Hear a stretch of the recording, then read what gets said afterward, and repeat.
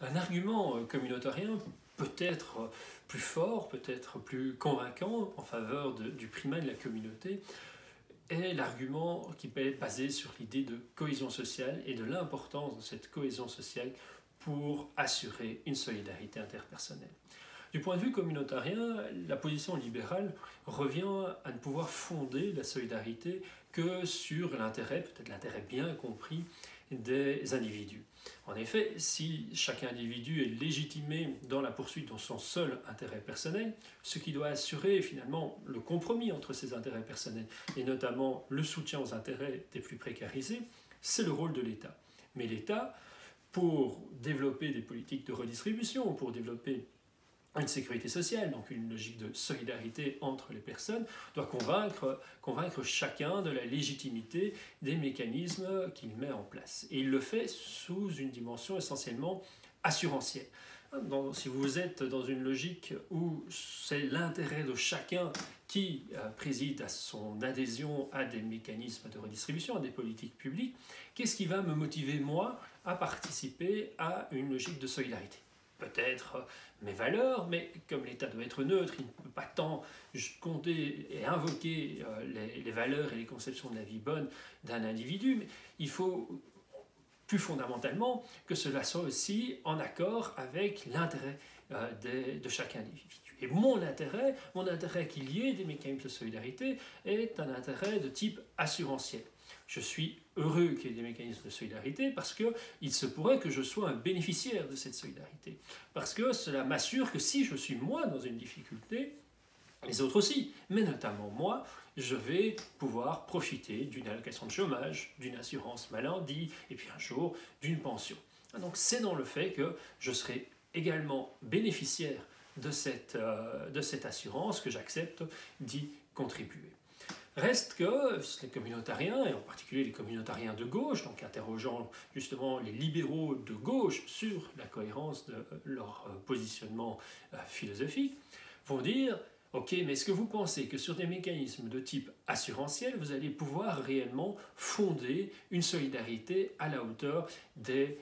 enjeux nécessaires pour garantir une cohésion sociale, une solidarité, une sécurité sociale forte pour tout le monde ?» Est-ce que vous ne risquez pas de vous heurter au fait qu'il y a souvent une asymétrie entre ceux qui ont la capacité de contribuer, ceux qui ont les richesses suffisantes pour être des contributeurs importants, en particulier à travers leurs impôts, aux mécanismes de solidarité, à la sécurité sociale, et ceux qui ont le plus de risques de devoir bénéficier de cette sécurité sociale. Il y a une asymétrie entre les gros contributeurs et ceux qui ont un gros risque. Or, dans une logique assurantielle classique, d'assurance privée, c'est ceux qui ont le plus de risques de subir un dommage qui doivent payer les primes les plus hautes. Or, et c'est la force quelque part, la dimension réellement redistributive, réellement solidaire de l'assurance sociale, de l'assurance telle qu'elle est publique, par différence avec une assurance privée, c'est que ce ne sont pas les plus gros risques, et ceux qui représentent le risque le plus important d'être des bénéficiaires qui contribuent le plus. Donc la prime que l'on paye pour participer au mécanisme assurantiel n'est pas à la hauteur du risque, de la probabilité que le risque s'avère, non, elle est proportionnelle à notre contribution. Différence avec un mécanisme privé où la prime dépend du risque. Or, jusqu'à un certain point, c'est la force du mécanisme de solidarité, mais c'est aussi ce qui fait que les plus gros contributeurs vont contester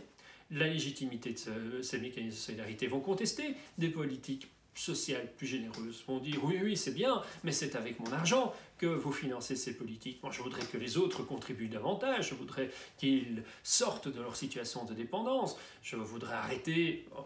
parler par exemple dans le langage que l'on connaît en Belgique, ces transferts qui vont du nord vers le sud, de ceux qui contribuent au nord à ceux qui bénéficieraient plus que proportionnellement au sud, pour prendre un exemple que nous connaissons tous. Mais là, je le dis en termes communautaires, on peut le dire également en termes de classe sociale, entre ceux qui ont l'impression qu'ils contribuent énormément, qu'ils travaillent beaucoup et qu'ils payent beaucoup d'impôts pour en définitive avoir relativement peu de retour, et ceux qui auraient le sentiment que de l'autre côté, donc, il y a des personnes qui contribuent peu et qui, c'est un vocabulaire qu'on peut aussi entendre dans le champ sociopolitique, restent des assistés sociaux. Donc c'est cette tension entre l'idée de fonder la solidarité essentiellement sur une logique assurantielle qui renvoie à l'intérêt individuel, et le fait que cela implique finalement des intérêts très divergents, cela implique de parvenir en fait à résoudre par la force, par l'autorité de l'État, le fait que les plus gros contributeurs n'ont pas envie naturellement de contribuer parce que leur contribution leur paraît excessive par rapport aux bénéfices qu'ils espèrent en retirer. Et donc l'État, quelque part, il doit finalement imposer la solidarité aux individus. Il doit leur imposer d'accepter de contribuer alors que ceux-ci adhèrent relativement peu au mécanisme puisqu'ils ont le sentiment que cette sécurité sociale n'est pas forcément dans leur intérêt. Et donc, d'où ce clivage gauche-droite qui va apparaître parfois de manière très forte dans le champ sociopolitique et limiter la possibilité de développer des mécanismes de solidarité interpersonnelle plus ambitieux. Les communautariens seraient davantage à tenter de proposer une approche fondamentalement différente. De dire non, la solidarité personnelle ne doit pas reposer sur une conception de l'intérêt, même d'un intérêt bien compris de chacun. Non, la solidarité interpersonnelle, elle doit être fondée avant tout sur le fait d'être dans une communauté qui a une cohésion sociale forte, où l'autre n'est pas considéré comme quelqu'un simplement à côté de qui je vis et avec qui je dois partager un certain nombre de ressources, avec qui je dois coopérer. Non, l'autre doit être compris comme un alter ego, comme un autre moi-même, comme quelqu'un avec qui je partage des choses. Donc je ne vis pas simplement à côté de lui, je vis avec lui, je partage des valeurs communes, je fais partie d'une même identité collective, je me retrouve autour de mêmes conceptions de la vie bonne. Nous sommes dans une même communauté de destin. Et donc, l'idée, c'est qu'au contraire, c'est en jouant donc sur l'affirmation de valeurs collectives, en faisant appel à ces valeurs et à l'obligation de chacun pour mener une vie bonne d'agir en cohérence avec ces valeurs, que nous allons pouvoir développer dans nos sociétés une véritable solidarité. Une solidarité qui pourrait d'ailleurs pas forcément être aussi étatisée que dans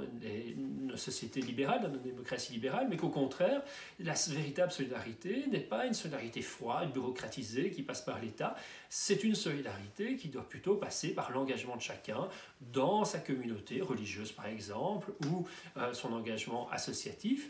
Et c'est d'ailleurs peut-être quelque chose qui permet de mieux comprendre le modèle américain, et notamment le modèle tel qu'il est développé par des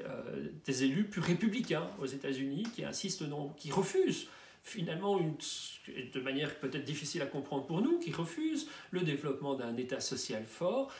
Mais, vont-ils dire, pour ceux qui ont quand même une conscience sociale chez eux, c'est précisément parce qu'ils considèrent que ce n'est pas la responsabilité de l'État, c'est la responsabilité des individus de faire œuvre de solidarité.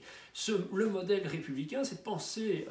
conservatrice républicaine ne peut se comprendre que dans la mesure où ils attendent une responsabilisation assez forte des individus dans leur vie personnelle, dans leur engagement religieux, associatif, caritatif. Et donc, ce serait trop facile d'assimiler tous les républicains à une défense d'un capitalisme dur, à la défense que chacun doit se débrouiller. Non, il y a une pensée sociale. Il y a une pensée sociale, mais qui est une pensée sociale de type conservatrice, qui valorise la solidarité chaude, qui valorise l'engagement caritatif, associatif de chacun. Et plutôt que cette solidarité froide qui déresponsabilise les individus, les personnes de ce qu'ils ont à faire dans leur vie privée. Ce serait quelque part, c'est trop facile de dire, eh bien, je contribue déjà par mes impôts et donc je n'ai plus à me préoccuper du pauvre que je croise, etc., etc. Comme si, vous allez me dire, il y a sans doute, certains libéraux répondront, mais qu'il n'y a sans doute pas d'opposition entre les deux, mais qu'il est important qu'il y ait un État qui reconnaisse des droits forts et que par ailleurs, à chacun éventuellement de contribuer en plus en termes d'engagement moral, mais que ce n'est pas le rôle politique de l'État d'imposer cet engagement moral aux citoyens. Mais la position des communautariens, c'est que d'une part, cet engagement politique est trop faible pour la solidarité fondée sur cet seul engagement politique est trop faible pour assurer seule la solidarité suffisante, et que d'autre part, elle déresponsabilise et du coup elle a quand même tendance à miner la responsabilité morale, l'engagement et la solidarité chaude. Justement, comme je le disais tout à l'heure, parce qu'elle crée implicitement le sentiment, en tout cas chez certains, le sentiment qu'ayant déjà payé des impôts, ayant déjà contribué, je n'ai plus ce même engagement à devoir satisfaire. Je suis dédouané par le fait que j'ai payé mes impôts, qu'un État prend en charge les mécanismes de sécurité sociale, de solidarité. Ce n'est donc plus à moi, dans ma vie privée, de prendre en charge ces valeurs. Or, une manière aussi d'essayer quand même de comprendre ce qu'il y a de pertinent dans la position communautarienne, c'est de se rendre compte à quel point, effectivement, la solidarité dont nous sommes prêts à faire preuve est fondamentalement différente en fonction de la personne qui va en bénéficier, de notre proximité avec cette personne. Imaginez-vous maintenant qu'une personne a besoin, disons un rein, pour prendre quelque chose d'assez fort, d'assez extrême, et vous soyez le donneur parfait pour cette personne. Vous avez 2 reins quelque part, donc pourquoi ne donneriez-vous pas ce rein? Quand même, c'est une partie de votre intégrité physique, c'est quand même quelque chose qu'on ne fait pas de manière anodine, c'est autre chose que de payer des impôts, c'est vraiment un élément de notre intégrité corporelle. Imaginez donc que cette personne soit une personne qui vit à 5000 km d'ici, dans un petit village, d'un nom que vous ne connaissez pas, où il y a la 4e rue à gauche de l'hôtel de ville, il y a 3 maisons et au 2e étage il y a une chambre, c'est là qu'il vit. C'est une personne qui existe, mais pour vous c'est une pure abstraction. Est-ce que vous êtes prêt à donner votre rein à cette personne? Ou est-ce que vous allez vous dire, pourquoi moi? Est-ce que franchement, est-ce qu'il n'y a pas d'autres personnes? Et puis maintenant, demandez-vous comment agiriez-vous si cette personne, ce n'est plus cet être humain qui certes existe, mais qui pour vous est une abstraction, mais c'est votre frère, c'est votre sœur, c'est votre enfant, quelqu'un avec qui vous vivez de manière proche, quelqu'un qui n'est pas juste un concept pour vous, quelqu'un avec qui vous avez une relation forte, quelqu'un à qui vous identifiez, quelqu'un dont vous vous sentez proche. Il est fort probable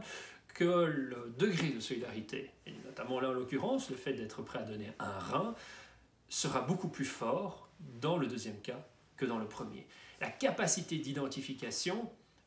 à des victimes, à des personnes en détresse, à des personnes en besoin de solidarité, le fait que cette personne vous paraisse la plus proche de vous-même, que vous partagez le plus de choses avec elle, renforce votre solidarité à son égard. Et dans la relation familiale, dans la relation d'une mère ou d'un père à ses enfants, on est là justement dans le cas extrême de l'identification. Et parfois on peut être prêt alors à aller donner jusqu'à sa vie pour justement être solidaire ou dans l'intérêt d'une personne que l'on aime, d'une personne à qui on s'identifie. Donc c'est quelque part ça que pointent les communautariens. Plus l'identité est forte, plus on fait corps, collectivité, communauté, plus on a des choses en commun, plus on partage non seulement une coopération, mais plus que ça, une destinée, un projet de vie, plus on est solidaires les uns des autres. D'où l'importance de fonder nos communautés sur des identités collectives, sur des valeurs que l'on partage, si l'on veut être à même de penser une solidarité réellement forte. Donc une authentique justice, diront les communautariens, une authentique justice interpersonnelle, telle que les libéraux de gauche entendent la pensée, requiert donc un sentiment d'appartenance collective, une identité collective fondée sur des valeurs communes. C'est précisément cette idée donc de proportionnalité entre notre adhésion à des valeurs communes, à une identité collective, et la cohésion sociale et la solidarité que les communautariens pointent. C'est cela qui les motive, qui leur disent l'importance de revaloriser le modèle d'intégration de la communauté, de revaloriser l'importance de valeurs communes, d'identité collective par rapport à un modèle libéral qui ne pense la relation des uns aux autres que sur le modèle de la coopération, de la coexistence au sein d'un même espace, mais qui ne voit pas dans la communauté politique le lieu d'une affirmation collective de valeurs, le lieu d'émergence d'une identité collective.